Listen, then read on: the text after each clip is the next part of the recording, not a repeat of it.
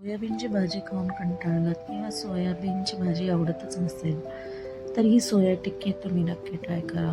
यात मी soybean boil केलेले आहेत आणि नंतर त्याचं पाणी काढून टाकले जेणेकरून त्याचं स्मेल निघून जाईल आणि ते ग्राइंड केलेले आहेत मिक्सरला आणि नंतर पोटॅटो मी मॅश करून टाकलेले आहेत आणि लौकी मी किसून टाकलेला आहे. अद्रक लसूण हिरवी मिरचीची पेस्ट ॲड केली आहे.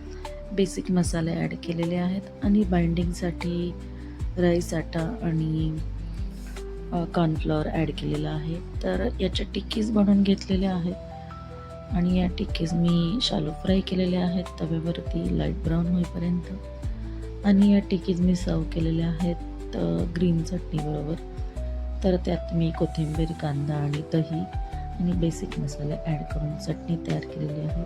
थोडेसे शेंगदाणे पण भाजलेले ॲड केलेले आहे.